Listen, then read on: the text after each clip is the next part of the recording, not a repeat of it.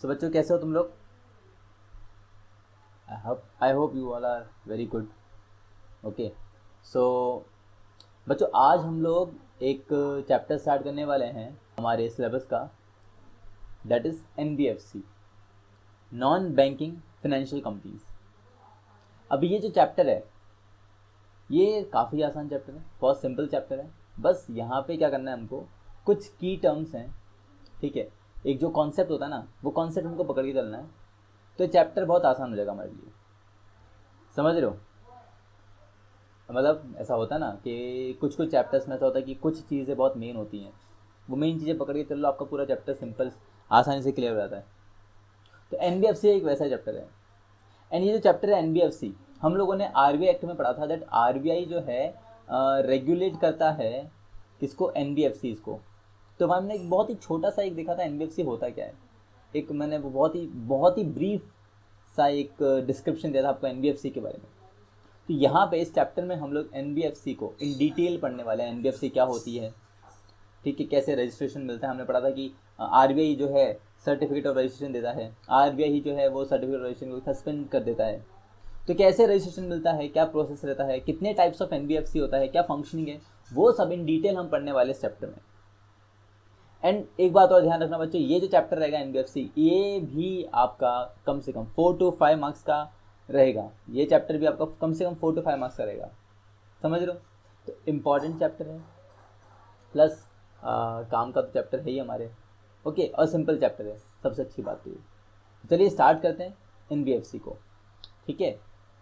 So this is your chapter number 10th, NBFC, non banking and financial companies, non banking financial companies, ठीक है।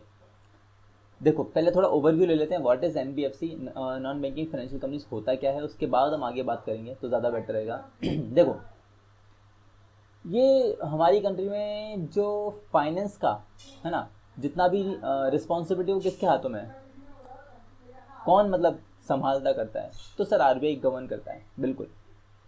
और ये जो supply of money वगैरह जो होती है किसके थ्रू होती है, सर बैंक्स के थ्रू होती है। बट और समझो, किसी को अगर लोन वगैरह चाहिए, किसी को फाइनेंशियल सर्विसेज का रिक्वायरमेंट है, लोन चाहिए, एडवांसेस चाहिए, किसी को अपना जो है बिल्स डिस्काउंट कराने का है, किसी को लीजिंग का चाहिए, है ना, मॉर्टगेज लोन लेने का है किसी को, है ना, फाइनेंस भी बहुत तरीके से प्रोवाइड हो सकता है। तो ये सारी रिक्वायरमेंट्स कौन पूरा करता है, सर बैंक्स पूरा करते हैं, कमर्शियल बैंक्स पूरा करते हैं, बिल्कुल सही बात। बट देखो ये जो बैंक्स है ना, हम भी जानते हैं हर कंट्री, हमारी कंट्री के अंदर, हर स्टेट के अंदर और हर सिटी के अंदर बैंकिंग सिस्टम एक जैसा तो नहीं होता।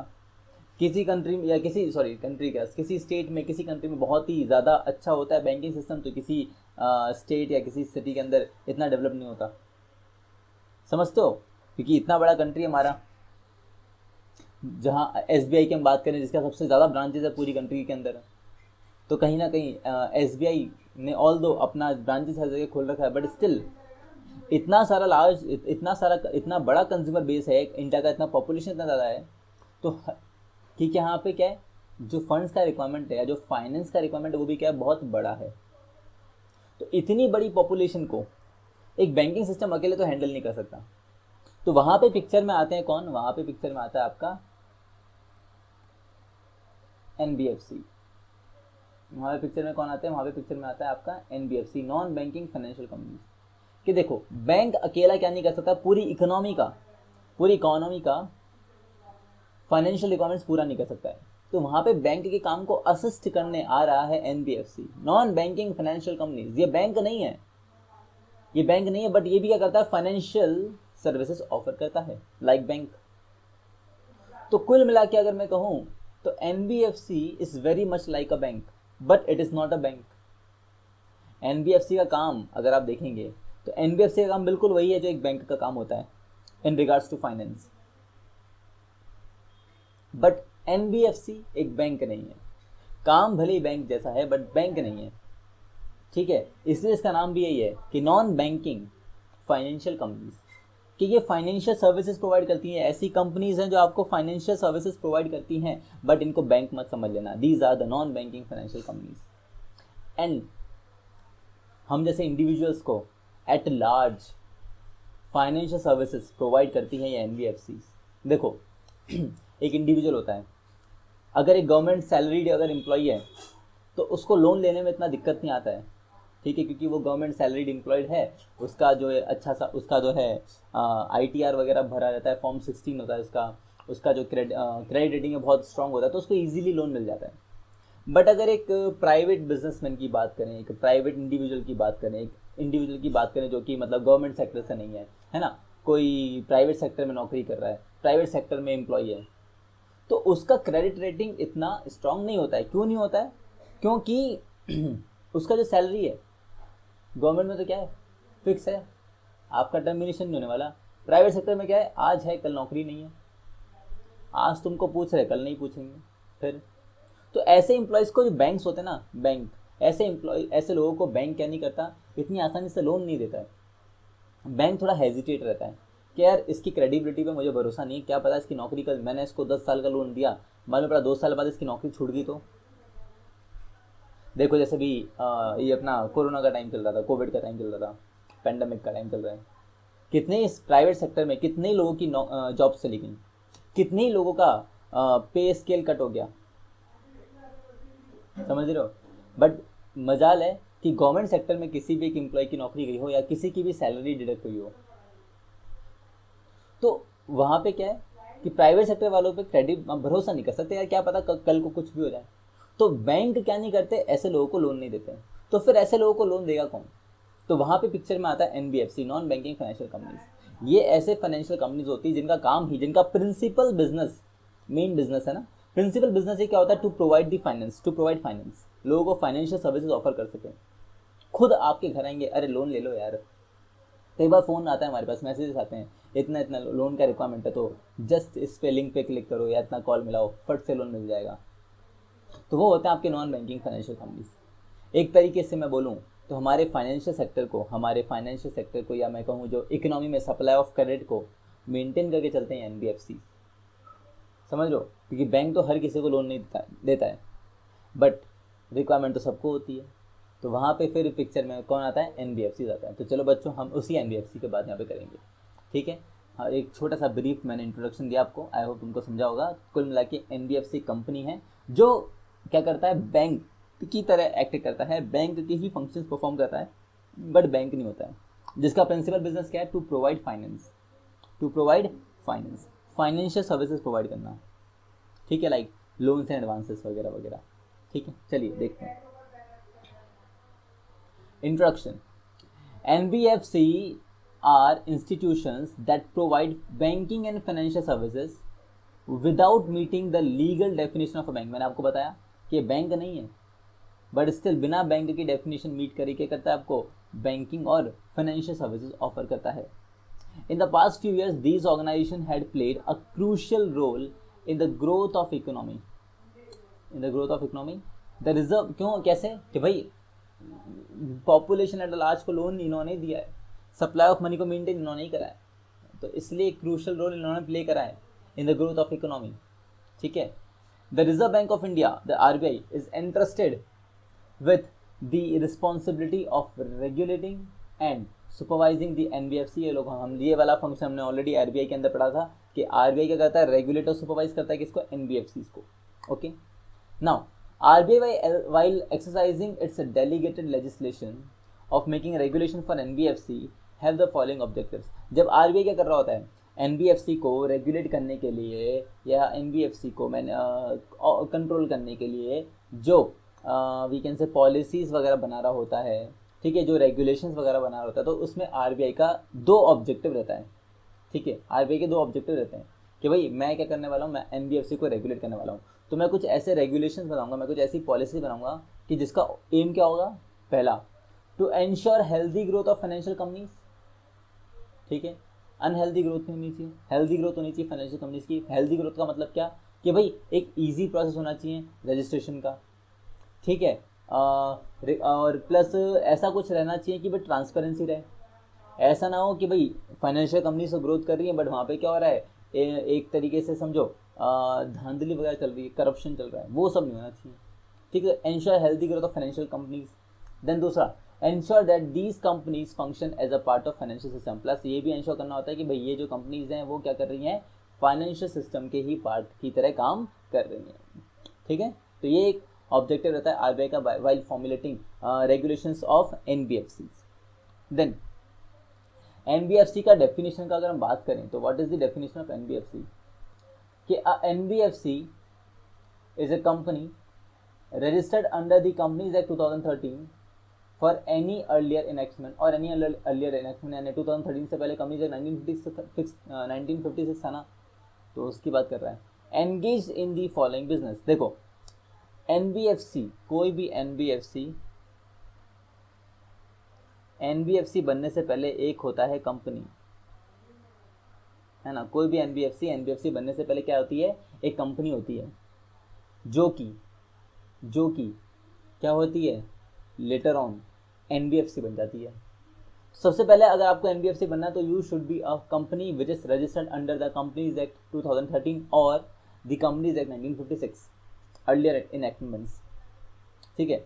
तो एक कंपनी को एनबीएफसी बनने के लिए, मतलब अगर किसी को एनबीएफसी बनना है तो सबसे पहले उसको क्या बनना पड़ेगा, कंपनी बनना पड़ेगा। कंपनी हुई registered under the companies act, चाहे 2013 का हो या उससे पहले वाला हो, ठीक है। आप पहले कंपनी बन जाओ अंडर द कंपनीज एक्ट, उसके बाद आप क्या बन सकते हो, एनबीएफसी बन सकते हो। उसके लिए भी कुछ क्राइटेरिया हमको मीट करना पड़ता है एनबीएफसी बनने के लिए। ऐसा नहीं कि आज बात करियो कल एनबीएफसी बन गए, आज कंपनी बना तो कल एनबीएफसी बन गया, नहीं नहीं नहीं नहीं। पहले कंपनी फॉर्म कर लो, वो कंपनी में कुछ रिक्वायरमेंट्स पूरा करना रहेगा, उसके बाद वो क्या मिलेगा, उसको एनबीएफसी की तरह सर्टिफिकेट ऑफ रजिस्ट्रेशन मिलेगा। तो कुल मिला के हम एनबीएफसी के डेफिनेशन का बात करें तो NBFC is a company who is registered under the companies act 2013 and who has the following function, जिसके पास जो ये फॉलोइंग फंक्शंस करता है। कौन कौन से फंक्शन करता है, उसी को हम एनबीएफसी बोलेंगे। ऐसी कंपनी जो ये फंक्शंस परफॉर्म करता है उसको आप एनबीएफसी बोलोगे, ठीक है। कौन कौन से फंक्शंस, भाई जो लोन्स एंड एडवांसेस ऑफर करता है, फाइनेंशियल सर्विसेज है ना, लोन्स एंड एडवांसेस ऑफर करता है। Acquisition of shares, stocks, bonds, debentures और सिक्योरिटीज, ठीक है। दूसरी कंपनीज के शेयर्स को अक्वायर करता है, स्टॉक्स को अक्वायर करता है, बॉन्ड्स, डिबेंचर्स, सिक्योरिटीज, तो इनको अक्वायर करता है। अब आप कहोगे सर आप तो कह रहे थे फाइनेंस करना, ये तो शेयर वगैरह खरीद रहा है, बॉन्ड्स वगैरह खरीद रहा है। तो बेटा समझो, अगर आप किसी कंपनी के शेयर परचेज कर रहे हो, किसी कंपनी के बॉन्ड्स परचेज कर रहे हो, किसी कंपनी की सिक्योरिटीज़ को परचेज कर रहे हो, डिबेंचर्स में इन्वेस्ट कर रहे हो, तो इसका मतलब क्या है, आप उसको फाइनेंस ही तो प्रोवाइड कर रहे हो ना, आप फाइनेंस ही तो प्रोवाइड कर रहे हो उसके थ्रू, तो बस हो गया फाइनेंशियल सर्विस ऑफर करना। तो भाई तो ऐसी कंपनीज जिसका जो क्या करे, जो फॉलोइंग बिजनेस करे, कौन सा सर, लोन्स एंड एडवांसेस, ठीक है, acquisition of shares, debentures, bond, securities, leasing, hire purchase, insurance business, chit fund business, okay. तो ये सारे बिजनेस करने वाली कंपनीज को हम क्या बोलते हैं, हम उनको बोलते हैं एनबीएफसी, ठीक है। आई बात समझ में।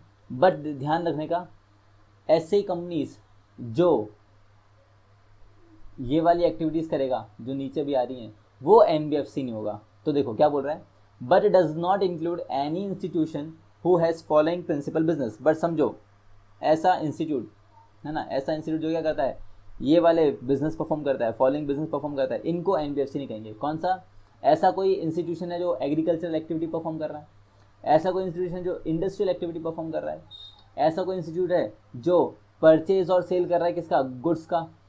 देखो अदर देन सिक्योरिटीज है नहीं, गुड्स का, ओके, गुड्स को बेच रहा है, खरीद रहा है। Providing services and sale, purchase, construction of immovable property, तो वो इंस्टीट्यूशन को हम एनबीएफसी बिल्कुल भी नहीं कहेंगे, ओके। तो समझो यहाँ पे इंक्लूड और एक्सक्लूड आ गया। NBFC is a company which performs the following functions, कौन कौन, loans and advances, acquisition of shares, hire purchase, leasing, insurance business, chit fund business. But NBFC में क्या क्या नहीं आएगा, ठीक है, डज नॉट इंक्लूड, तो उसमें agricultural activity, industrial activity, sale and purchase of goods and what, sale and purchase और construction of immovable property, okay, उसको हम एनबीएफसी नहीं बोलेंगे। तो ये एक डेफिनेशन था आपका एनबीएफसी का छोटा सा, ओके। आप एनबीएफसी का डेफिनेशन अगर चाहो, मीनिंग डेफिनेशन लेना तो उसको आप पूरा एक्सप्लेन कर सकते हो कि NBFC is a company who is registered under the companies act 2013 और जिसके फॉलोइंग फंक्शंस हैं and who provides and whose principal business is to provide finance, ठीक है, and whose principal business to provide finance, ठीक है। आगे देखिए residuary NBFC. देखो एक एनबीएफसी तो वो है ही कि भाई एनबीएफसी का डेफिनेशन तो ये है ही, बट कुछ कंपनीज जो क्या करे, यहाँ पे दिया हुआ क्राइटेरिया मीट कर ले, ठीक है, ऐसी कंपनीज जो ये जो क्राइटेरिया यहाँ पे हमने मेंशन किया है इसको अगर फॉलो कर लेता है, इसको मीट कर लेता है, तो ऑल्दो उसका बिजनेस लोन्स एंड एडवांसेस देना नहीं है ना, एक्विजिशन ऑफ शेयर्स नहीं है, लीजिंग नहीं है, हायर परचेज नहीं है, इंश्योरेंस बिजनेस नहीं है, चिट फंड बिजनेस नहीं है, बट उसने अगर क्या करा है, ये जो यहाँ पे जो हम मैटर पढ़ने वाले हैं ये कंडीशन को कंप्लाई करा है, तो बेटा वो भी क्या कहलाएगी, वो भी एक एनबीएफसी कहलाएगी, और इसको हम नाम देते हैं रेसिडुअरी एनबीएफसी। रेसिडुअरी एनबीएफसी मतलब अरे वो तो एनबीएफसी जो मेन है वो तो है ही, उसके साथ में ये लोग भी एनबीएफसी ही कहलाते हैं, ठीक है। कौन, देखो, a residuary NBFC is a company which has principal business of receiving deposits under any scheme or arrangement in one lump sum or in installments by way of contributions or in other manner as also a non banking financial company। ऐसी company जो क्या कर रहा है, जो कि deposits accept कर रहा है, जो क्या कर रहा है, डिपॉजिट्स एक्सेप्ट कर रहा है अंडर एनी स्कीम, किसी भी स्कीम के अंदर। समझ, तो जैसा होता है ना, कई कंपनीज होती हैं, कई ऐसी कंपनीज आती हैं जो क्या करती हैं, आपका आरडी वगैरह कराती हैं, रेकरिंग डिपॉजिट्स कराती हैं कि भाई हर महीने 1000 रुपीज़ जमा कराओ and at the end of the year 14,000 ले लेना, या एक काम करो 2 साल के लिए आप पैसा हमको जमा करा दो 25,000 50,000, और 2 साल बाद जो है 25,000 के ऊपर 30,000 ले लेना, या 50,000 के ऊपर 60,000 ले लेना, ऐसा कुछ आती हैं, याद हो तो, है ना, वो बैंक्स तो होते नहीं है, वो कुछ कंपनीज आती हैं। तो ऐसी कंपनीज जो क्या कर रही है, under any scheme under any arrangement क्या कर रहे हैं, एक्सेप्ट कर रहे हैं डिपॉजिट्स को, ठीक है, या तो एक लमसम अमाउंट के अंदर या इंस्टॉलमेंट्स के अंदर, ठीक है, या किसी भी मैनर में। तो ऐसी कंपनीज को जो क्या कर रही है, डिपॉजिट्स एक्सेप्ट कर रही है, ऐसी कंपनीज को भी हम क्या बोलते हैं, एनबीएफसी बोलते हैं। ओके, देखो, residuary NBFC will also be considered as NBFC, तो रेसिडुअरी एनबीएफसी को भी हम एनबीएफसी ही बोलते हैं, ठीक है। इनका प्रिंसिपल बिजनेस क्या था बच्चों, इनका प्रिंसिपल बिजनेस था receiving deposits. Okay, then meaning of principal business, यहाँ पे हम बोल रहे हैं कि उसका प्रिंसिपल बिजनेस है रिसीविंग द डिपॉजिट्स, उसका प्रिंसिपल बिजनेस है रिसीविंग द डिपॉजिट्स। तो what do we mean by principal business, principal business का मतलब क्या। ओके, तो देखो, financial activity will be treated as principal business if the following conditions are satisfied. देखो यहाँ पे which has the principal business of receiving deposits, ठीक है, तो रिसीविंग डिपॉजिट मतलब आप फाइनेंशियल सर्विसेज प्रोवाइड कर रहे हो, आप क्या कर रहे हो, फाइनेंशियल सर्विसेज प्रोवाइड कर रहे हो। तो फाइनेंशियल सर्विस आपका प्रिंसिपल बिजनेस है या नहीं है, ये पता कैसे करेंगे। आपने कहा यहाँ पे कि एनबीएफसी एक ऐसी कंपनी है ना, जो क्या करे, जिसका प्रिंसिपल बिजनेस क्या है, रिसीविंग द डिपॉजिट्स, यानी कि फाइनेंस टू प्रोवाइड फाइनेंस, है ना, to provide the finance, receiving deposit plus to provide finance, इसमें दोनों चीज़ें आएंगी, यहाँ पे मेंशन नहीं है, receiving deposits plus to provide finance, ठीक है। तो जिसका ये प्रिंसिपल बिजनेस है तो वो एनबीएफसी कहलाएगा। अब मुझे पता करना है कि यार इस कंपनी का प्रिंसिपल बिजनेस फाइनेंस प्रोवाइड करना है या नहीं है, वो मैं पता कैसे करूंगा। तो उसके लिए यहाँ पे उसने दिया हमको तरीका, मीनिंग ऑफ प्रिंसिपल बिजनेस के अंदर, कि भाई financial activity will be treated as principal business if the following conditions are satisfied. किसी भी कंपनी का अगर आपको पता करना है कि प्रिंसिपल बिजनेस फाइनेंस करना है या नहीं है, तो उसके लिए तरीका आजमा लो, आपको पता चल जाएगा, ठीक है। उसके लिए कंडीशन जो नीचे दिए ना, 2 कंडीशन दिए, ये 2 कंडीशन सेटिस्फाई करनी चाहिए। अगर किसी भी कंपनी का ये 2 कंडीशन सेटिस्फाई कर गया तो हम समझ जाएंगे कि उस कंपनी का प्रिंसिपल बिजनेस क्या है, फाइनेंस, है ना, टू प्रोवाइड फाइनेंस या फाइनेंशियल सर्विसेज प्रोवाइड करना। एंड अगर उसका principal business financial services provide करना है तो उसका मतलब क्या है, वो क्या है, एक एनबीएफसी है, ठीक है। तो चलो, यानी कि एक तरह का क्या हो गया, टेस्ट हो गया, इस ये एक तरह का टेस्ट होता है बच्चों। इस मतलब ये जो कंडीशंस कंप्लाई करने की बात करें ना हम, कि ये 2 कंडीशन कंप्लाई करेगा तो हम समझ लेंगे कि उसका प्रिंसिपल बिजनेस क्या, फाइनेंस करना, ठीक है। तो ये एक तरह का टेस्ट है, आप टेस्ट कर रहे हो यहाँ पे, और अगर टेस्ट को पास कर गया तो एनबीएफसी है, और टेस्ट को पास नहीं किया तो एनबीएफसी नहीं है। तो इस जो टेस्ट है ना बच्चों, इस टेस्ट को हम एक नाम देते हैं, इस टेस्ट को बोलते हैं बच्चों 50-50 टेस्ट। क्या बोलते हैं इसको हम बोलते हैं 50-50 test. Sir what is 50-50 test, अभी बताएंगे, है ना। देखो पढ़ते हैं कल एक बार। Company's financial assets constitute more than 50% of the total assets, and income from financial assets constitute more than 50% of the gross income, ठीक है। A company which fulfills both these criteria will be registered as NBFC by RBI। मतलब ऊपर जो companies आपने बताई थी ये तो NBFC थी, प्लस साथ में एक कोई कंपनी है जो ये वाले बिजनेस तो नहीं कर रही है, जो मेंशन करती है वाले बिजनेस तो नहीं कर रही, बट जिसका प्रिंसिपल बिजनेस क्या है, टू फाइनेंस। और वो कैसे पता करा आपने?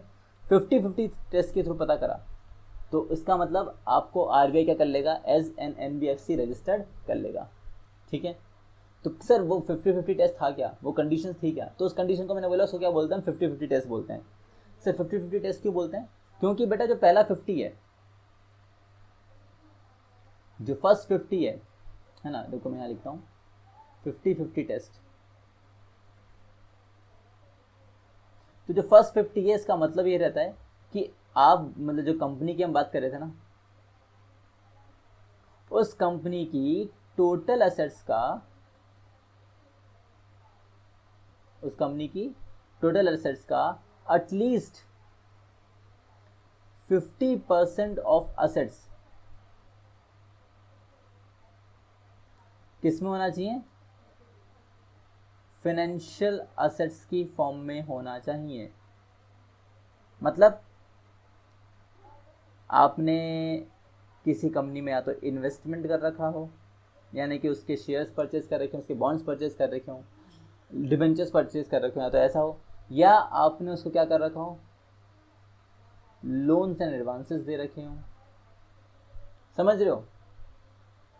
और ऐसे ही कुछ फाइनेंशियल सर्विसेज अगर आपने उसको प्रोवाइड कर रखी हैं, तो ये सब क्या कहलाएंगी, आपकी फाइनेंशियल एसेट्स कहलाएंगी। ठीक है, तो अगर आपकी टोटल एसेट्स का 50% से ज़्यादा का हिस्सा, कम से कम 50% तो है ही, ठीक है, कम से कम 50% तो है, मतलब 50% को काउंट नहीं करते, मोर देन 50% होना चाहिए। ठीक है, एटलीस्ट नहीं बोलेंगे हम, उसको क्या बोलेंगे हम, मोर देन 50% बोलेंगे। एक मिनट रुकिए,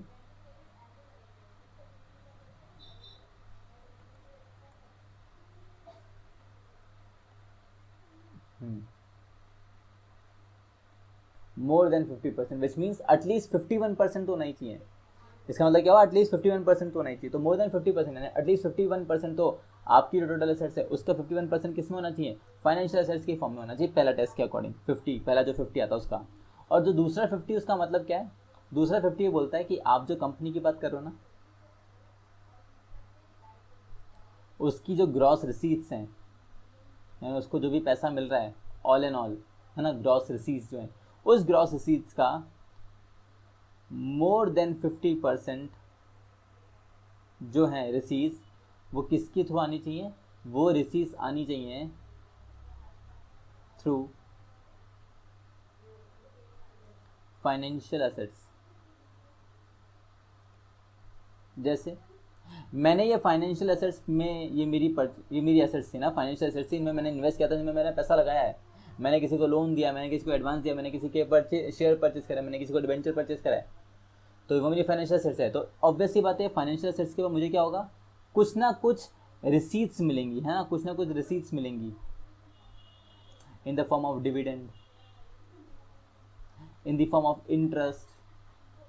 मानते हो मेरी बात? हाँ, तो वो डिविडेंड और वो इंटरेस्ट वाली जो रिसीट्स हैं, उनकी वैल्यू कम से कम कितनी होनी चाहिए, कम से कम उनकी वैल्यू 51% तो होनी चाहिए, तब जाके वो क्या होगा, मोर देन 50% होगा। तो डिविडेंड और इंटरेस्ट की फॉर्म में होने वाली इनकम कम से कम 51% होनी चाहिए, तो माना जाएगा कि भाई मेरी जो ग्रॉस रिसीट्स है उसका मोर देन 50% हिस्सा कहाँ से आ रहा है, फाइनेंशियल एसेट से होने वाली इनकम से आ रहा है। तो जब ये दोनों 50-50 टेस्ट पूरे मतलब मैं कंप्लाई कर लूँगा, ऐसी कंपनी जो ये दोनों 50-50 टेस्ट कंप्लाई कर रही, तो ऐसा माना जाएगा कि उसका प्रिंसिपल बिजनेस क्या है, टू प्रोवाइड फाइनेंस। एंड अगर मेरा principal business to provide finance है, तो फिर मुझे RBI जो है क्या कर लेगा, वो एज एन NBFC रजिस्टर कर लेगा। ठीक है, फिर वो कंपनी रजिस्टर हो जाएगी एज एन NBFC। आया समझ में? अगर NBFC बनना है तो भैया तो डेफिनेशन को कंप्लाई करो, या फिर रेसिडरी NBFC में हो। रेसिडरी NBFC में आना है तो क्या करना पड़ेगा भाई, प्रिंसिपल बिजनेस फाइनेंस करना होना चाहिए। ठीक है, फाइनेंस कैसे करेंगे, तो उसके लिए 50-50 वाला टर्म कंडीशन पूरा करो कि भाई अगर मैं 50-50 टेस्ट को पूरा करता हूँ तो मैं क्या हूँ, NBFC। 50-50 टेस्ट बोल के क्या बोलता है, वो बोलता है कि भाई देखो पहला वाला 50 तो ये बोलता है कि आपकी जो टोटल एसेट्स है उस टोटल एसेट्स का क्या, एटलीस्ट नहीं मोर देन 50%, यानी कि एटलीस्ट 51% आपकी एसेट जो है वो किस में होनी चाहिए, फाइनेंशियल एसेट्स की फॉर्म में होनी चाहिए। फाइनेंशियल एसेट्स बोले तो या तो इन्वेस्टमेंट की फॉर्म में होनी चाहिए, यानी शेयर्स, डिवेंचर्स वगैरह वगैरह, या लोन्स एंड एडवांसेस की फॉर्म में होनी चाहिए।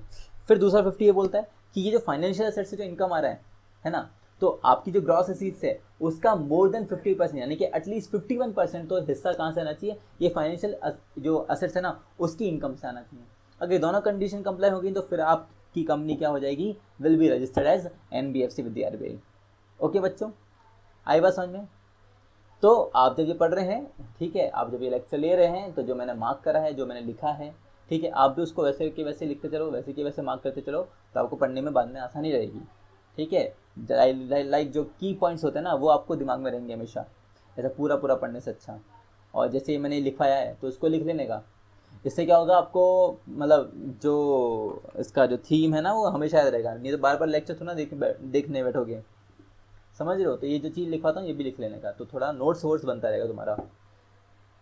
देखो आगे की बात करें, हाँ एक नोट दिया है हमको यहाँ पे, वो नोट ये बोल रहा है, this test is popularly known as 50-50 test and is applied to determine whether और not a company is into a financial business. Okay, now similarity between NBFC and bank. Now NBFC और bank हमने कहा दोनों एक जैसे ही हैं, कुछ अलग नहीं है, दोनों क्या कर रहे हैं, डिपॉजिट एक्सेप्ट कर रहे थे, अभी देखा था हमने, है ना, दोनों की दोनों क्या कर रहे हैं, फाइनेंशियल सर्विसेज प्रोवाइड कर रहे हैं, लोन वगैरह ऑफर कर रहे हैं। तो क्या सिमिलरिटी एंड क्या डिफरेंस है दोनों के बीच में वो हम देखते हैं। कई बार क्वेश्चन एग्जाम में आता है ऐसा कि what is the difference between bank and NBFC, तो इम्पॉर्टेंट है देखो एक्सक्यूज मी देखिए, both bank and NBFC are involved in the business। NBFC lend and make investment, ठीक है। नाउ NBFC, तो यहाँ पे कुल मिला के अभी जो पॉइंट्स दिए ना यहाँ पे, these are the differences rather than similarity, ये सिमिलैरिटी नहीं है, रादर देन सिमिलैरिटी, यहाँ पे आपको डिफरेंसेस गिवन है, ठीक है, ये क्या गिवन है, डिफरेंसेस गिवन है, differences between NBFC and bank. तो what is the difference between NBFC bank? तो देखो पहला डिफरेंस क्या बोलता है बच्चों, देयर आर थ्री डिफरेंसेस। तो पहला डिफरेंस बोलता है कि NBFC can not accept demand deposits but a bank can accept demand deposit. Bank demand deposit समझते हो, ऐसी deposits which can be withdrawn by the customers on demand. तो bank can issue, bank can accept the demand deposit, bank के पास authority है कि वो क्या कर सकता है, डिमांड डिपॉजिट एक्सेप्ट कर सकता है, but an NBFC can not accept demand deposit. NBFC demand deposit accept नहीं कर सकता है, उसके पास अथॉरिटी नहीं है। क्यों? क्योंकि बैंक क्या करता है, डिमांड डिपॉजिट एक्सेप्ट करता है, और बैंक उस डिमांड डिपॉजिट के बेसिस पर ही क्या करता है, इकोनॉमी के अंदर क्रेडिट को क्या करता है, क्रिएट करता है। याद है क्रेडिट क्रिएशन, आप लोगों ने CS फाउंडेशन में पढ़ा होगा, बैंकिंग वाले चैप्टर में, credit creation. Credit creation demand deposits के बेसिस पे होता है, demand deposits into what, money multiplier, है ना। तो डिमांड डिपॉजिट्स के बेसिस के ऊपर बैंक क्या करता है, क्रेडिट को क्रिएट करता है, पैसे को क्रिएट करता है। तो वो एबिलिटी सिर्फ कमर्शियल बैंक के पास होती है और किसी के पास नहीं होती। तो अकॉर्डिंगली ऐसा कहा जा रहा है कि अब bank can accept demand deposits but an NBFC can not accept demand deposits, पहला डिफरेंस। Okay, and demand deposit is what, which can be withdrawn on demand, अभी पैसा जमा करा अभी ले जाओ। बट NBFCs में कैसा होता है ना, जैसे मैंने आपको बताया कि लाइक 1 साल तक पैसा जमा कराओ, रिकरिंग बेसिस पे 1 साल बाद पैसा ले आना, या 2 साल के लिए आपने FD करा ली, तो उसमें आप डिमांड डिपॉजिट्स नहीं होता है, ठीक है, पहला difference. Second difference, NBFCs can not issues cheque to its customers. Bank क्या करता है, आपने पैसा बैंक में जमा कराया, तो अगेंस्ट दोज डिपॉजिट्स बैंक आपको क्या करके देता है, चेक बुक इशू करके देता है, चेक्स इशू करके देता है, और जिसको आप यूज़ करते हो बाद में किसी और को फर्दर पेमेंट के लिए। बट NBFC में क्या है, आप RD वगैरह करा रहे हो, FD वगैरह करा रहे हो, टाइम डिपॉजिट करा रहे हो, कुल मिला के। तो अगेंस्ट दी टाइम डिपॉजिट्स के अगेंस्ट में कभी भी चेक इशू नहीं होता है बच्चों। कभी सुना है कि FD करा रखी है बैंक में तो उस FD के अगेंस्ट में मुझे चेक बुक मिली हो? नहीं। हम जो सेविंग अकाउंट खोलते हैं बैंक में या जो हम करंट अकाउंट खोलते हैं उसका चेक बुक मिलता है हमको। तो NBFC से केवल टाइम डिपॉजिट ले रहा है, तो अकॉर्डिंगली NBFC क्या नहीं करता, जो डिपॉजिट आपने बैंक में NBFC में जमा कराना उसके अगेंस्ट में NBFC आपको कभी भी क्या नहीं देता है, चेक बुक इशू नहीं करता है। बट वहीं दूसरी तरफ bank can issue cheque books to its customers against the deposits. Second difference. Third difference, देखो दो डिफरेंस अब तक क्या हुए, डिमांड डिपॉजिट एक्सेप्ट नहीं कर सकता, चेकबुक इशू नहीं कर सकता। तीसरा difference, deposit insurance facility of deposit insurance and credit guarantee corporation DICGC is not available to depositors of NBFC unlike in case of bank. देखो क्या है ना, बैंक के केस में क्या है कि आपने पैसे जमा करा रखा बैंक के अंदर और मान लीजिए आपका बैंक जो आपको धोखा देके भाग गया। ओके, मतलब बैंक जो है इंसॉल्वेंट हो गया या बैंक जो है बैंकरप्ट हो गया बैंक, ठीक है, इंसॉल्वेंट हो गया कुल मिला के, ठीक है। अब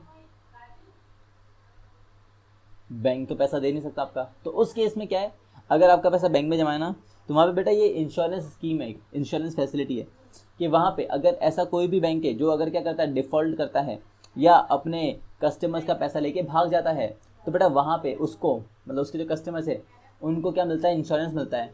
और अभी वो इंश्योरेंस का अमाउंट मेरे ख्याल से 5 लाख कर दिया है कि 5 लाख तक का इंश्योरेंस मिलता है। 5 लाख तक का इंश्योरेंस मतलब आपका जितना पैसा जमा है, मान लो मेरा बैंक में पैसा जमा है 2 लाख, तो मेरे 2 लाख पूरे क्या हो जाएंगे, रिसीव हो जाएंगे। 2 लाख का मेरे को इंश्योरेंस मिल जाएगा, है ना। मैक्सिमम अमाउंट कितना, 5 लाख। मान लो अगर मेरे 10 लाख रुपए जमा थे और बैंक ने अगर डिफॉल्ट कर दिया, तो वहाँ पे मुझे 5 लाख तक का इंश्योरेंस मिल जाएगा, क्योंकि मैक्सिमम अमाउंट 5 लाख तक का है और बाकी तो जितना डिपॉजिट है उतना मिलेगा, बट मैक्सिमम अमाउंट कितना, 5 लाख, ठीक है, पहला।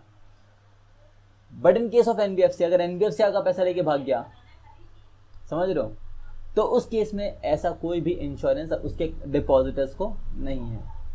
तो ये तीसरा डिफरेंस है कि अगर बैंक डिफॉल्ट करता है तो वहाँ पे उसके डिपॉजिटर्स को क्या मिलता है, इंश्योरेंस मिलता है up to a value of 5 lakh, और वो वैल्यू तो बढ़ती है कि अगर आगे बढ़ी तो, अभी तो 5 लाख है। But in case of NBFC ये डिपॉजिट जो इंश्योरेंस स्कीम में है, इसका बेनिफिट NBFC के जो डिपॉजिटर्स हैं उनको नहीं मिलता है। तो ये तीसरा डिफरेंस हुआ। तो these are the 3 main differences between bank and NBFC। Although इन दोनों का फंक्शनिंग सेम है, दोनों फाइनेंशियल सर्विस प्रोवाइड करते हैं, दोनों डिपॉजिट एक्सेप्ट करते हैं, बट ये 3 मेन डिफरेंस है। एक डिमांड डिपॉजिट एक्सेप्ट कर सकता है, दूसरा नहीं कर सकता। एक चेक इशू कर सकता है, दूसरा नहीं कर सकता। एक को इंश्योरेंस फैसिलिटी अवेलेबल है, दूसरे को नहीं है। तो these are the main 3 differences between NBFC and bank. I hope तुम लोग को याद हो गया होगा, अभी इसको भी याद कर लेना, ठीक है। तो ये डिफरेंस हुआ। आगे बढ़ते हैं यहाँ से। नाउ तो NBFC क्या होता है, डेफिनेशन हमने पढ़ लिया। 50-50 टेस्ट हमने पढ़ लिया कि भाई 50-50 टेस्ट क्या होता है, 50% एसेट 50% रिसीट्स। फिर हमने देख लिया what is the difference between NBFC and a bank. एक पूरा ओवरव्यू ले लिया हमने अब तक NBFC का। तो NBFC का जो समझो जो बेस पार्ट था ना, बेस वो हुआ पूरा। अब नेक्स्ट जो टॉपिक आ रहा है हमारा NBFC का, वो है कैटेगरीज ऑफ NBFC, या मैं ऐसा कहूँ टाइप्स ऑफ NBFC, ठीक है। नेक्स्ट जो टॉपिक है हमारा वो है, पहले कैटेगरीज आ रहा है, कैटेगरीज ऑफ NBFC, और कैटेगरीज ऑफ NBFC के बाद हमारा अगला टॉपिक है टाइप्स ऑफ NBFC। सबसे इंपॉर्टेंट पार्ट है टाइप्स का। शॉर्ट नोट में आ सकता है इसके ऊपर क्वेश्चन, ठीक है। कोई एक NBFC का बोलता है शॉर्ट नोट लिख के दो, तो वहाँ पे ऐसा क्वेश्चन बहुत आता है। तो टाइप्स ऑफ NBFC, उससे पहले बात करूँगा मैं कैटेगरीज ऑफ NBFC की। तो कैटेगरीज ऑफ NBFC इतना कुछ इसमें डिटेल में नहीं है, कुछ ऐसा कुछ ज़्यादा समझने का नहीं है, सीधा से ध्यान रखो। कैटेगरीज ऑफ NBFC आप डिवाइड कर सकते हो, एक तो on the basis of deposits और एक on the basis of activities carried out. भाई डिपॉजिट एक्सेप्ट करता नहीं करता, एक तो उसके बेसिस पे आप कर सकते हो, NBFC को बाइफिकेट कर सकते हो, और एक क्या कर सकते हो, जो एक्टिविटी वो परफॉर्म कर रहा है उसके बेसिस पे बाइफिकेट कर सकते हो। तो अगर अपन on the basis of activities carried out की बात करें, तो वहाँ पे डिस्कस वो मतलब वहाँ यहाँ पे ये आपके फॉलोइंग टाइप्स हैं, कुछ 10 टाइप्स दिए हुए हैं as per the activities they perform, है ना। जब हम NBFC का क्या करते हैं, बाइफिकेशन करते हैं on the basis of activities carried out, तो वहाँ पे ये कुछ 10 टाइप निकल के आते हैं NBFC के, जो हम पढ़ेंगे अभी, ओके। बट जब मैं क्या कर रहा हूँ, मैं NBFC को क्लासीफाई कर रहा हूँ on the basis of deposits के, वेदर NBFC डिपॉजिट एक्सेप्ट करता है नहीं करता, तो वहाँ पे 2 तरह के NBFC हमारे पास निकल के आते हैं। एक तो वो NBFCs दैट एक्सेप्ट डिपॉजिट्स, और एक वो NBFC that can not accept deposits, ठीक है बच्चों। तो देखते हैं हम। तो on the basis of deposits 2 तरह का NBFC, एक तो वो NBFC जो डिपॉजिट एक्सेप्ट करता है और एक जो डिपॉजिट एक्सेप्ट नहीं करता है। वहीं दूसरी तरफ on the basis of activities perform, तो वहाँ पे आपको कुछ 10 टाइप्स आपको देखने को मिलते हैं। तो हमको जो है बेसिकली ये वाला NBFC करना है जिसका बाइफिकेशन है on the basis of activities, ठीक है। डिपॉजिट एक्सेप्ट करना नहीं करना वो साथ साथ इसमें आता है, वो इतना इंपॉर्टेंट नहीं है। तो चलिए बच्चों बात करते हैं with of types of NBFCs।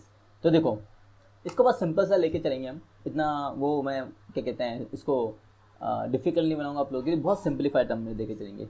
10 तरह का एनबीएफसी, कितने तरह का एनबीएफसी, 10 तरह का एनबीएफसी, नाम पढ़ लेते सबका एक एक करके। 10 तरह का एनबीएफसी, पहला है asset finance company, investment company, loan company, infrastructure company, finance company sorry, then systematically important core investment company, infrastructure debt fund NBFC, infrastructure finance institution NBFC, NBFC factors, mortgage company, mortgage guarantee company, and we can say and last one is non operative financial holding company. तो कुल मिला के ये 10 तरह का NBFC है, ठीक है।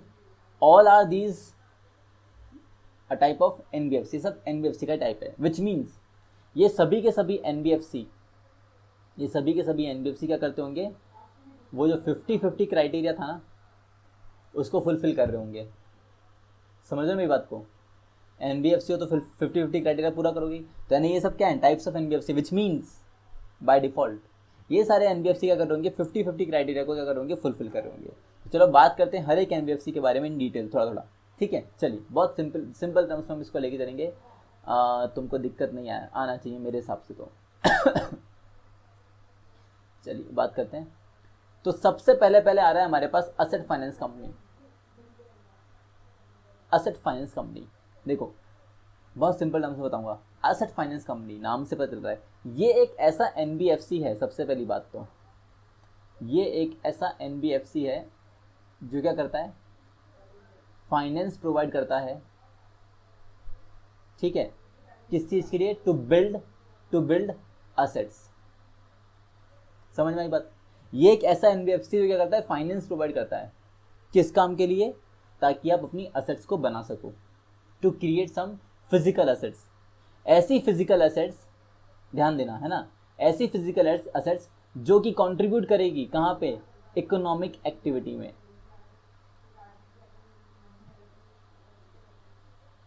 ठीक है। तो ये जो शॉर्ट नोट में लिखवा रहा हूँ ना, ये लिखते चलना, थोड़ा आसान रहेगा तुमको पढ़ने में, ओके। तो asset finance company sir AFC, जिसको हम शॉर्ट में बोलेंगे AFC, it is the type of NBFC who provides finance for the creation of physical assets who ultimately contributes in economic activities। तो वो क्या हो गया, asset finance company। बोला समझा नहीं समझा, समझा ना। एक ऐसा एनबीएफसी क्या करता है, अरे क्या कर रहा है, फाइनेंस प्रोवाइड कर रहा है, किस काम के लिए प्रोवाइड कर रहा है, अरे ताकि आप फिजिकल एसेट्स बना सको, क्यों, ताकि आप इकोनॉमिक एक्टिविटीज में कंट्रीब्यूट कर सको। तो ऐसा एनबीएफसी क्या कहलाता है, असेट फाइनेंस कंपनी कहलाता है, असेट को फाइनेंस करने वाला एनबीएफसी। समझे मेरी बात, बोलो समझे मेरी बात। चलो आ जाओ रीड करके देखते हैं क्या यही ऐसा बोल रहा है। The principal business of these companies is to finance the assets such as machines, automobiles, generators, material equipments और industrial machines etcetera. Special note, business over here will be treated as principal business if the aggregate of financing real or physical assets, देखो कौन से assets बोल रहा है, physical assets, supporting क्या, economic activity, and income arising therefrom is not less than 60% of its total assets and total income। Last में क्या बात बोली बताऊंगा, उससे पहले बात तो वही हो गई। देखो ये वो एनबीएफसी क्या करता है, असेट्स को क्रिएट करने में मदद करता है ताकि वो इकोनॉमिक एक्टिविटीज में कंट्रीब्यूट कर सके। कौन से एसेट्स बना रहा है, लाइक मशीन्स, नाम एग्जांपल आ गया, machines is a physical asset जो इकोनॉमिक एक्टिविटी में कंट्रीब्यूट करती है ना, मशीन्स, ऑटोमोबाइल्स, जनरेटर्स और मटेरियल इक्विपमेंट्स या इंडस्ट्रियल मशीन्स, ठीक है। ये पूरा हुआ। यहाँ पे एक और चीज़ है यहाँ पे लास्ट में कि नॉट लेस देन 60% ऑफ इस टोटल एसेट, विच मीन्स इसका मतलब क्या है, जो एनबीएफसी केस में, एक नॉर्मल एनबीएफसी केस में जो 50-50 टेस्ट चल रहा था ना, वही एक असेट फाइनेंस कंपनी के केस में वो 50-50 टेस्ट कितना बन जाता है, वो टेस्ट बन जाता है आपका 60-60 टेस्ट, विच मीन्स कि आपकी टोटल एसेट्स का 60% है ना, मोर देन 60% जो एसेट्स है वो किस में होनी चाहिए, एसेट फाइनेंस के अंदर होनी चाहिए, है ना। आपकी जो आपकी टोटल एसेट्स है वो क्या होनी चाहिए, उसका मोर देन 60% किस में होना चाहिए, फाइनेंस के अंदर होना चाहिए, फाइनेंशियल एसेट्स में होना चाहिए। कौन सी फाइनेंशियल एसेट्स में, जिसने कि क्या करा है, एसेट्स को क्रिएट करने में मदद की हो, प्लस उसी फाइनेंशियल एसेट से आपका जो रिसीट्स है वो कितना होना चाहिए, मोर देन 60% होना चाहिए। तो कुल मिला के वहाँ जो 50-50 का रिक्वायरमेंट था वो रिक्वायरमेंट यहाँ पे कितना हो गया, 60-60 हो गया कि टोटल एसेट्स का इतना 60% और टोटल रिसीट्स का 60% जो है इस इन एसेट्स के थ्रू होना चाहिए। आई बात समझ में। कुछ भी नहीं हुआ, बस 50-50 है, 60-60 हो गया इन case of asset finance company, याद रखने का। ओके, देन नेक्स्ट आता है second, investment company, IC, ICUCVC, investment company. बहुत सिंपल है, बहुत सिंपल। ऐसा एक NBFC, समझना, ऐसा NBFC जो क्या कर रहा है, फाइनेंस प्रोवाइड कर रहा है। कैसे? अरे bye making investment in other companies, bye making investment in other companies. तो वो क्या कहलाता है? वो कहलाता है इन्वेस्टमेंट कंपनी। ठीक है, तो देखो, investment company means any company which is a financial institution carrying on as its principal business the acquisition of securities. Acquisition of securities मतलब इन्वेस्टमेंट करना। आप क्या कर रहे हो? सामने वाले के शेयर्स बॉन्ड्स परचेस कर रहे हो, अब तो इन्वेस्टमेंट ही तो कर रहे हो। तो वो चीज़, तो इन्वेस्टमेंट कंपनी कैसा NBFC क्या करता है? इन्वेस्टमेंट करता है। जो क्या करता है? फाइनेंशियल सर्विस प्रोवाइड करता है by making investment in them, और we can say by acquiring securities of those institutions. Fine, simple है। Now third one, loan company. अरे इसका भी नाम बता रहा है, एज द नेम सजेस्ट, ये भी क्या है? एक NBFC है। ये क्या करता है? फाइनेंस प्रोवाइड करता है। कैसे? By making loans available to the companies और टू एनीवन। लोन कंपनी बहुत सिंपल है, समझो। लोन कंपनी का जो है ना मैटर बहुत सॉर्टेड है, बहुत सॉर्टेड। लोन कंपनी ऐसा बोलता मालूम कि तुमको लोन चाहिए, मैं दूंगा लोन। जिस भी काम के लिए, जैसे भी काम के लिए, जब भी लोन चाहिए, कभी भी लोन चाहिए, जिसको भी लोन चाहिए, मेरे पास आओ। समझ लो मेरे बात। लोन कंपनी एक ऐसा NBFC जिसका प्रिंसिपल बिजनेस क्या है? फाइनेंस प्रोवाइड करना in the form of loan, loan देकर लोगों को। यहाँ पे आप किसी के शेयर्स वगैरह परचेस नहीं कर रहे हो, डिबेंचर्स एक्वायर नहीं कर रहे हो, मतलब कुल मिला के यहाँ पे ना ही आप उसकी एसेट्स मदद क्रिएट करने में मदद कर रहे हो। नहीं नहीं नहीं नहीं नहीं। लोन कंपनी एक ऐसा NBFC है जो कि क्या करता है? लोन प्रोवाइड करता है किसी भी पर्पस के लिए। चाहे तुमको एसेट्स के लिए लोन चाहिए, चाहे तुमको शादी करने के लिए लोन चाहिए, चाहे तुमको बनने के लिए लोन चाहिए, अरे तुमको जिस भी काम के लिए लोन चाहिए ना, मेरे पास आओ। हर तरह का लोन सोल्यूशन मेरे पास है। कौन? किसके पास? लोन कंपनी के पास। तो देखो, अ financial institution whose principal business is providing finance whether by making loans or by making advances or otherwise it does not include an asset finance company। इसमें asset finance company नहीं आता। क्यों? क्योंकि asset finance company loan देता है किसके लिए? केवल assets फॉर्म करने के लिए। बट लोन कंपनी क्या करता है? लोन देता है किसके लिए? For any purpose, for any purpose.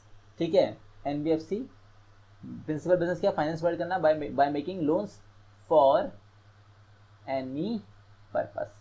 ध्यान रखना बच्चों ये चीज़ है ना। आए बात समझ में? तुमको शादी करनी है, लोन चाहिए, मिलेगा। हनीमून पे जाना है, लोन चाहिए, मिलेगा। बच्चों को स्कूल भेजना, लोन चाहिए, मिलेगा। मरना है, मरने की लोन चाहिए, मिलेगा। मतलब कुल मिला के जिस भी चीज़ के तुमको लोन चाहिए ना, वो चीज़ की लोन तुमको इसके पास मिल जाता है। ये होती है लोन कंपनी। लोन कंपनी आई बात समझ में? बोलो, समझ में आ रहा है तुम लोग को? क्लियर है यहाँ तक? नाउ नेक्स्ट, लोन कंपनी के बाद अगला NBFC हमको देखने को मिलता है, वो है बच्चों इंफ्रास्ट्रक्चर फाइनेंस कंपनी। क्या? Infrastructure finance company. अभी what is infrastructure finance company? देखो, इंफ्रास्ट्रक्चर फाइनेंस कंपनी का ऐसा है कि ये भी क्या है? एक NBFC ही है। सर कोई नई बात तो बताई नहीं। मानता हूँ नई बात नहीं बताई, बट कोई बात नहीं। NBFC है जो क्या कर रहा है? फाइनेंस प्रोवाइड कर रहा है। किसके लिए? फॉर इंफ्रास्ट्रक्चरल प्रोजेक्ट्स,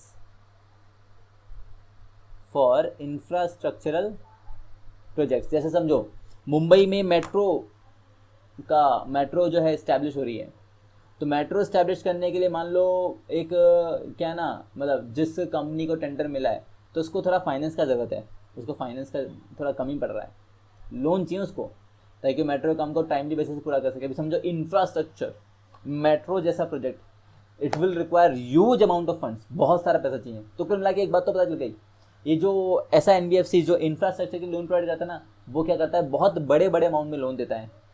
आप समझो तुम एक कंपनी जो बहुत बड़े अमाउंट का लोन दे रहा है, तो समझो तुम जो कंपनी हो, तुम्हारा कुछ मतलब तुम्हारा वर्थ तो ज़्यादा होना चाहिए, फिर तो तुम्हारी वैल्यू मतलब तुम्हारी जो शेयर कैपिटल वगैरह है, रिक्वायरमेंट, वो सब बहुत हाई होना चाहिए फिर तो, तभी तो तुम इतने बड़े प्रोजेक्ट्स को क्या कर पाओगे? फाइनेंस कर पाओगे। तो ऐसा NBFC जो क्या करता है? स्पेसिफिकली फाइनेंस प्रोवाइड करता है किसको? For infrastructural projects, for infrastructural projects. उसको हम क्या बोलते हैं? इंफ्रास्ट्रक्चर फाइनेंस कंपनी बोलते हैं। और क्योंकि ये बहुत बड़े बड़े अमाउंट का फाइनेंस प्रोवाइड करता है, इसलिए इसकी कुछ स्पेशल रिक्वायरमेंट्स भी हैं। क्या है वो स्पेशल रिक्वायरमेंट्स, देखते हैं चलो। ओके, देखिए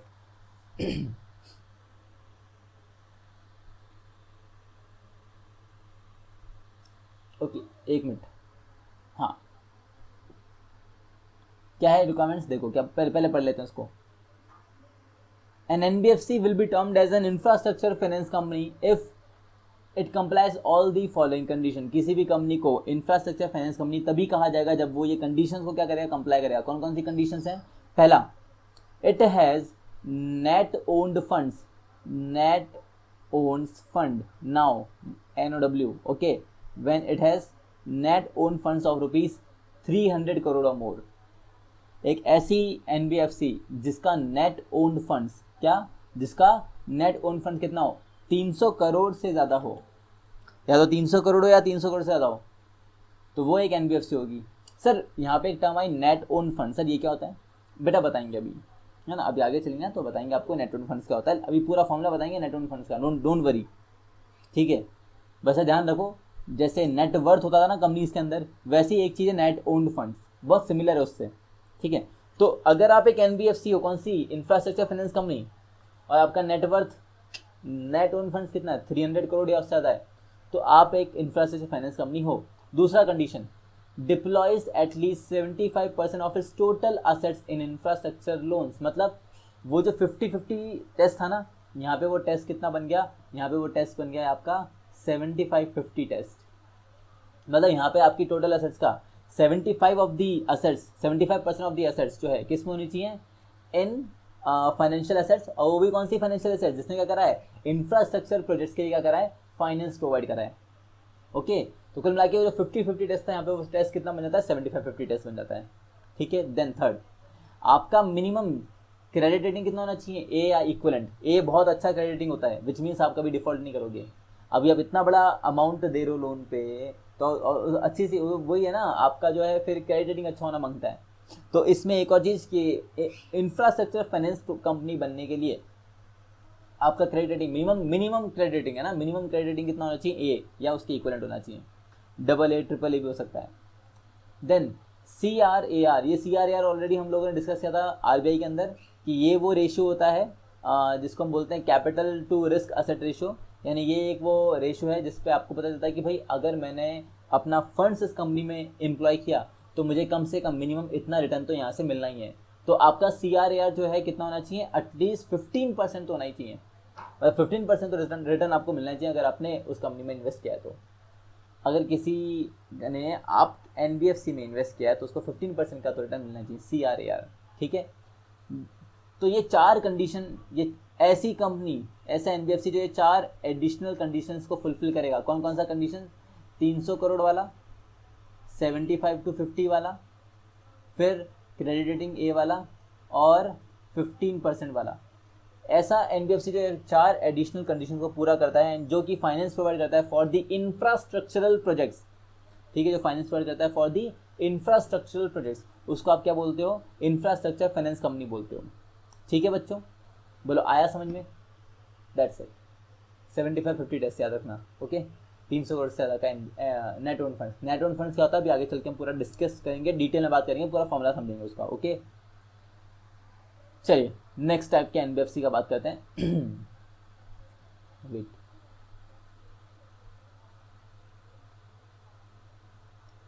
नाउ नेक्स्ट कंपनी है, एक्चुअली इसका नाम बहुत बड़ा है इसलिए इसको हाईलाइट करना जरूरी है। Systematically important core investment company, ठीक है, समझ रहे हो, इतना बड़ा नाम है इस NBFC का, systematically important core investment company, यानी CIC-NDSI, शॉर्ट फॉर्म में इसको ऐसा बोलते हैं, CIC-NDSI। अभी ऑल्दो CIC-NDSI का कोई लिंक नहीं है systematically important core investment company से। देखो कोर इन्वेस्टमेंट कंपनी मतलब CIC,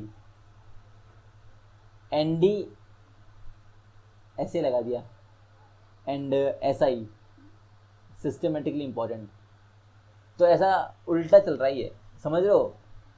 systematically important core investment company ये इसका नाम है, पर शॉर्ट फॉर्म में लिखते कैसे इसको, हम लिखते हैं CIC-NDSI, CIC for core investment company, SI for systematically important, NDSA मुफ्त में लगा दिया और लिखता भी उल्टा है इसको, ठीक है। तो ये कंपनी है systematically important core investment company. ये क्या है सर? कुछ भी नहीं है, नाम से मत डरो, नाम से मत घबराओ।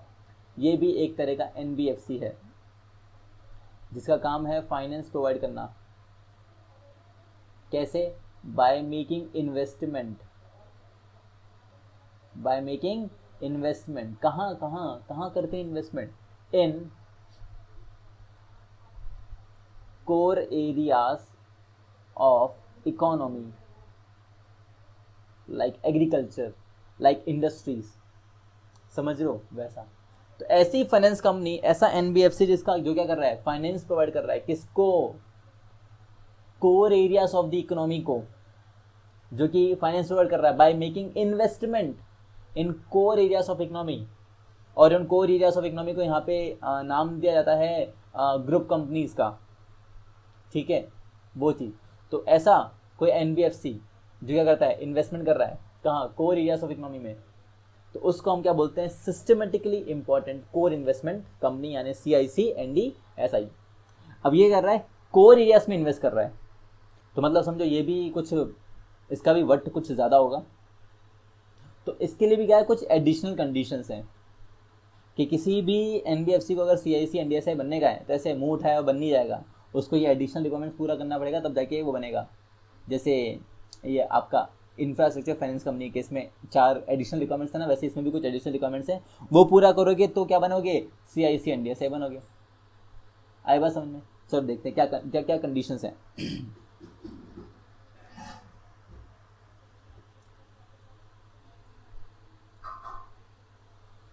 देखिएगा, CIC NDSI is an NBFC which satisfies the following conditions. कौन कौन सी कंडीशन? पहला, assets of NBFC are 100 crore और above.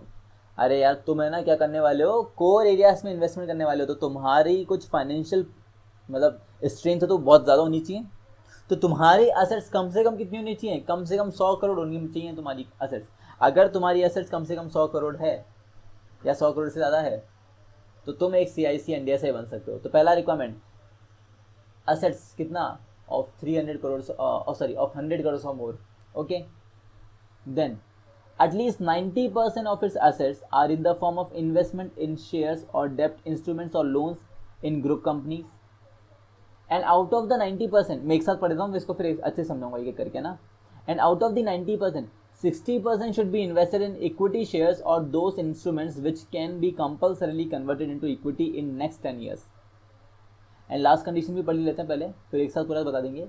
Such companies do accept public funds. हमने देखा था ना NBFC को बाइफिकेट किया था on the basis of acceptance of deposits. तो वहाँ देखा था ऐसा NBFC जो डिपॉजिट एक्सेप्ट कर सकता है, ऐसा NBFC जो डिपॉजिट एक्सेप्ट नहीं कर सकता है। तो CIC NDSI एक ऐसा NBFC है जो क्या कर सकता है? डिपॉजिट एक्सेप्ट कर सकता है, okay. It can accept public funds. Note दिया हुआ एक कि it does not trade in its investments in shares, डेप्ट और loans in group companies except through block sale for the purpose of dilution of vacancy investment. अब पूरा समझते हैं क्या चीज़ है। देखो, एक ब्लैंक पेज निकालते हैं इसके लिए, थोड़ा अच्छे समझ में आएगा तुमको उसके अंदर। वेट, हाँ समझना बच्चों यहाँ पे है ना।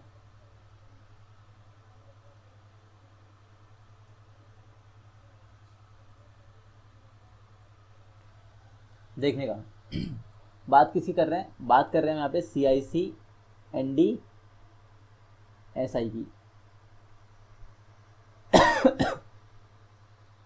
Systematically important core investment company. सबसे पहला कंडीशन, आपका असेट्स कितना होना चाहिए? 100 करोड़ और अबव। दूसरा कंडीशन, 90% ऑफ द असेट्स,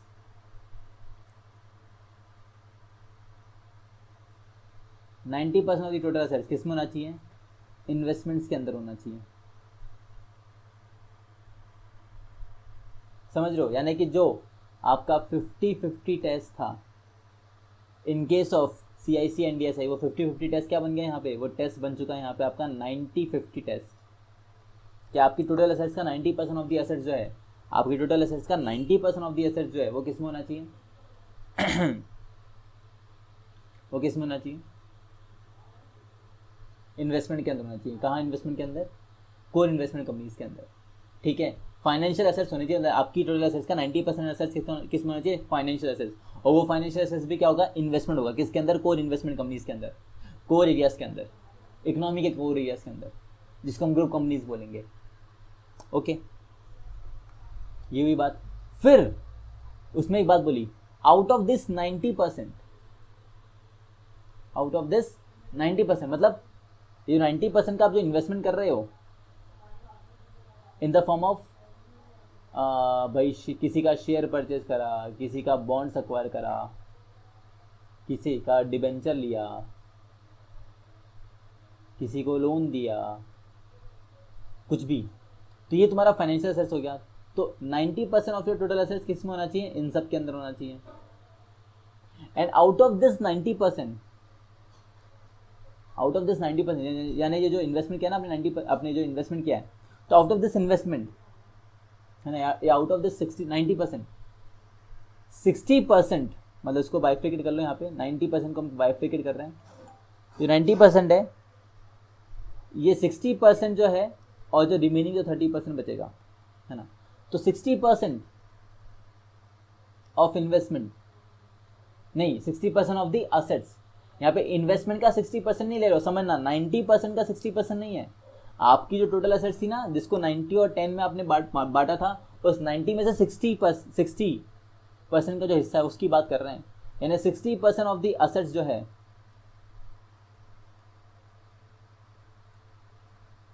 और 30% ऑफ द एसेट्स, तो इन दोनों को मिलाओगे 60 और 30 को, तो 90% ऑफ द एसेट्स आ जाएगा ना, वो चीज़। यहाँ पे 90% का 60% नहीं करेंगे, तो 90% का 60% करोगे तो 54 आता है, वो नहीं कर रहे हैं, समझ रहे हो। 90 को हमने दो में बांटा है, 60 और 30, 60% of the assets and 30% of the assets, ये दोनों को मिला के 90% ऑफ द एसेट्स इन्वेस्टमेंट है। तो इस इन्वेस्टमेंट का मतलब इस इन्वेस्टमेंट में जो 60% ऑफ द एसेट्स है, it should be in the form of equity. यानी 60% का जो एसेट्स का जो मतलब 60% जो आप इन्वेस्टमेंट कर रहे हो ना, फाइनेंस जो मतलब 60% जो आपकी फाइनेंशियल जो एसेट्स है ना, वो जो इन्वेस्टमेंट क्या है, वो जो फाइनेंशियल एसेट्स है वो किसकी कंसिस्ट होना चाहिए? वो होनी चाहिए आपकी इक्विटी के अंदर। मतलब या तो इक्विटी शेयर्स होने चाहिए, आपके पास 60% के इक्विटी शेयर्स होने चाहिए, ठीक है, या फिर कुछ ऐसे इंस्ट्रूमेंट्स जो कि क्या है, कन्वर्टेबल है, किसमें? Into equity. कितने सालों में? Within 10 years from the date of their issue, ठीक है। यानी समझो मेरे पास, अगर देखो एग्जांपल समझना, अगर मेरे पास 100 करोड़ की एसेट्स है ना, तो 100 करोड़ की एसेट्स में 90 करोड़ का तो जो मेरा एसेट्स है वो इन्वेस्टमेंट के अंदर है, और 10 करोड़ का जो इन्वेस्टमेंट है वो मेरा फिक्स्ड एसेट्स है या करंट एसेट्स है। और ये 90 करोड़ का भी जो इन्वेस्टमेंट है, इसमें 60 करोड़ का जो इन्वेस्टमेंट होगा मेरा वो इक्विटी के अंदर है, और 30 करोड़ का जो इन्वेस्टमेंट है वो मेरा डिबेंचर्स है ना, डिबेंचर्स, प्रेफरेंस शेयर्स, उन सब में। आई बात समझ में? आई बात समझ में? ऐसा तो ये बोल रहा है। ओके, तो 60% ऑफ द एसेट वो या तो इक्विटी के अंदर होनी चाहिए, इक्विटी इंस्ट्रूमेंट्स में होनी चाहिए, यानी कि ऐसे कुछ प्रेफरेंस शेयर्स जो क्या हो जाएंगे, इक्विटी में कन्वर्ट हो जाएंगे। कब? At a later date. और बट ध्यान रखना, वो इक्विटी शेयर्स मतलब वो प्रेफरेंस शेयर कन्वर्ट होनी चाहिए into equity within 10 years from the date of issue. और बाकी जो 30% ऑफ द एसेट्स है वो होना चाहिए किसके अंदर भाई? प्रेफरेंस शेयर्स के अंदर, डिबेंचर्स के अंदर, बॉन्ड्स के अंदर, है ना, वो सब चीज़। तो ये है कंडीशन आपका। और लास्ट में बोल ही रहा है कि भाई जो है आप जो इसमें इन्वेस्टमेंट करते हैं ना, यानी आपने जो शेयर्स वगैरह परचेस करे, डिबेंचर्स परचेस करे, इसको आप बेचोगे नहीं, इसमें आप ट्रेडिंग नहीं करोगे, है ना, इसमें आप ट्रेड नहीं करते हो। कब तक ट्रेड नहीं करते हो? जब तक कि आपका मोटिव क्या ना हो। मतलब समझो, हमने जो इन्वेस्टमेंट करा है, कोर इन्वेस्टमेंट कंपनीज, हमने जो इन्वेस्टमेंट करा है, इसको हम ट्रेड नहीं करते हैं, इसका हम ट्रेडिंग वगैरह नहीं करते हैं, इसको हम इन्वेस्टमेंट की तरह होल्ड करके रखते हैं, इसको हम किसी को ट्रेड नहीं करते हैं, है ना, बेचते करते नहीं हैं। बट अगर क्या करना है हमको, डाइल्यूशन करना है, अपनी होल्डिंग का डाइल्यूशन करना है, अपनी होल्डिंग को कम करना है, या समझो डिसइन्वेस्टमेंट करना है, तो वहाँ पे ये जो इन्वेस्टमेंट है इसको हम बेच सकते हैं, यानी इसका ट्रेड कर सकते हैं, बेच सकते हैं मतलब। ओके, तो ये था कंडीशन बच्चों फॉर सिस्टमेटिकली इंपॉर्टेंट को इन्वेस्टमेंट कंपनी। इसका एसएस ले लो, ठीक है, इसको यहीं पॉज कर लो और ये चीज़ कॉपी कर लो, तो दिमाग में अच्छे से बैठ जाएगा कि 90-60 क्या कर रहे हैं। नहीं तो मालूम पड़ा तुमने 90% का 60 कर दिया तो तुम्हारा मतलब आएगा 54% ऑफ दी एसेट, तो वो गलत हो जाएगा। हम बल्कि हम क्या कर रहे हैं, हम 100 करोड़ में असेट्स है तो 90 करोड़ का असेट्स इन्वेस्टमेंट के अंदर है, उसमें भी 60 करोड़ का इन्वेस्टमेंट इक्विटी में, 30 करोड़ का investment other than equity. Okay, और इक्विटी या फिर ऐसे इंस्ट्रूमेंट्स नहीं, ऐसे प्रेफरेंस शेयर जो इक्विटी में कन्वर्टेबल है within 10 years from the date of issue. Okay, आया समझ में?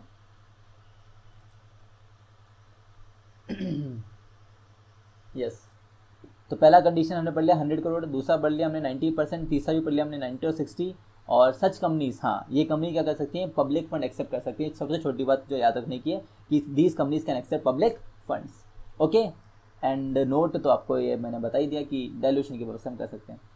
तो बच्चों अभी तक हमने कितने तरह का एनबीएफसी कर लिया, 5 तरह का एनबीएफसी कर लिया।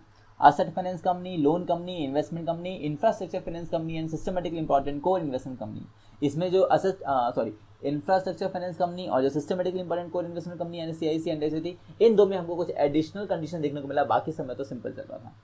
ठीक है, आगे का जो है कंपनीज हैं, हम आगे इसको करते हैं कंटिन्यू। ठीक है, चलिए 5 हो गए, अब बारी आएगी 6 की।